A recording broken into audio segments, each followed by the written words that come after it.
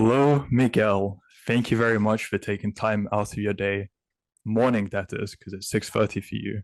So thank Yeah, you for taking time out of your morning, waking up early to do this interview. Really appreciate it. How are you? absolutely, man. My pleasure. I am doing fantastic today. I like the energy. Okay, so a big win for you that we'll be discussing. In the wins channel, I saw a post from you that your company made 28,000 in a day, of which you got 18,000 in dollars. Is that correct? Yeah. Okay, so that's something we'll go into a bit later in the interview. For now, what was your life like before joining the real world? For the most of 2022, I was doing um, freelancing on my own accord. I was making small checks here and there. But you see, the issue was I was very inconsistent. I wasn't able to consistently show up. I wasn't able to consistently improve myself.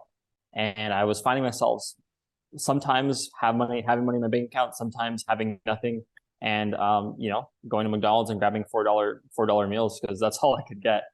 And then when I did have money, I was doing just a lot of partying, a lot of dumb crap. I've mostly stopped that since then, and just been a little bit less degenerate overall. Again, like struggled with all sorts of things when it comes to work ethic, when it comes to showing up, when it comes to just feeling good about myself, in general. Before, let's say, 2021 and 2022, it was kind of a while of that, right? Interesting. 2021, 2022, so very recent. What was the turning point? It was actually one meeting the person I work with today, whose name is Nikhil. He's an amazing man, who's kind of who came in a little bit after I joined the real world, and I started listening to Andrew Tate, and I started really trying to turn my life around, and because I was sick and tired of being a brokey, right? I was sick and tired of what it was like to live life not at the level that I knew I could be. And I kind of just had a serious conversation with myself. And I was like, it's time. So I committed to the real world. I flew across the world to India to get away from all the crap I had back at home in California. And I just put my head down and I started working. And, I was really motivated by the things I saw inside of the real world to do that. Why India? That's where my business partner is. That's where this company he's based. Okay, fair. And how did you find out about the reward? Yeah, so obviously I always knew about, it from just following Tate for the past year or so.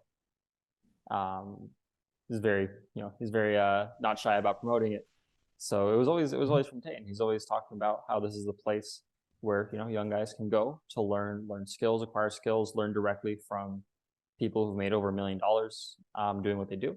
And I was like, for the price, it was an absolute no-brainer. Okay. And you've entered the real world, you see all the campuses available.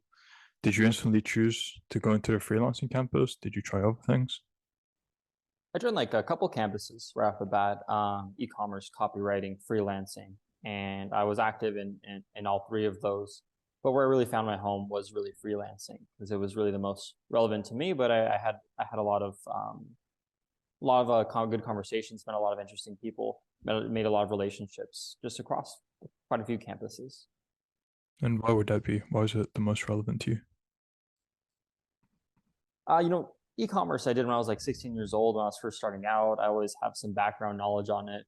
Copywriting as a marketer, as a salesperson, I'm a copywriter by default, but it's not really my main source of income. The main way I make income is by acquiring clients and making deals. So that's where freelancing kind of comes in, and that's where I really found my home. To speak to other people doing the same thing, provide value, talk to them. I share a lot of knowledge. I share a lot of insight in the campus, and so do many other people. So it's just a really, really great place to be. Okay, so we can go more in depth into your company. Uh, how did that scale? You said it began from meeting your business partner, and then could you go from there? Actually, this company preceded me.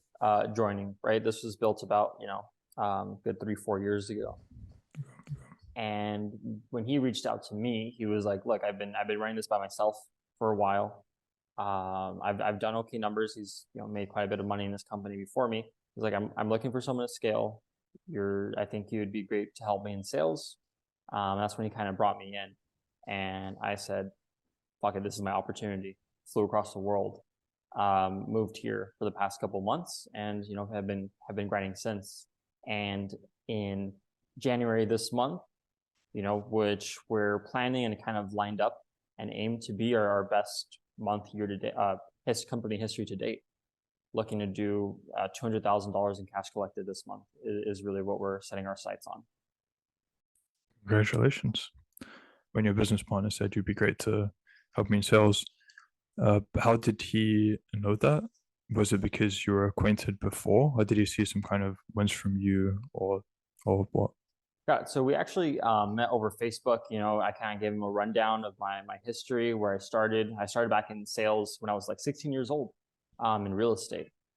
Was when I kind of started doing things on my own accord. So I kind of gave him the rundown. I had a conversation with him, told him a little bit about my experience, and he thought that I was a good candidate.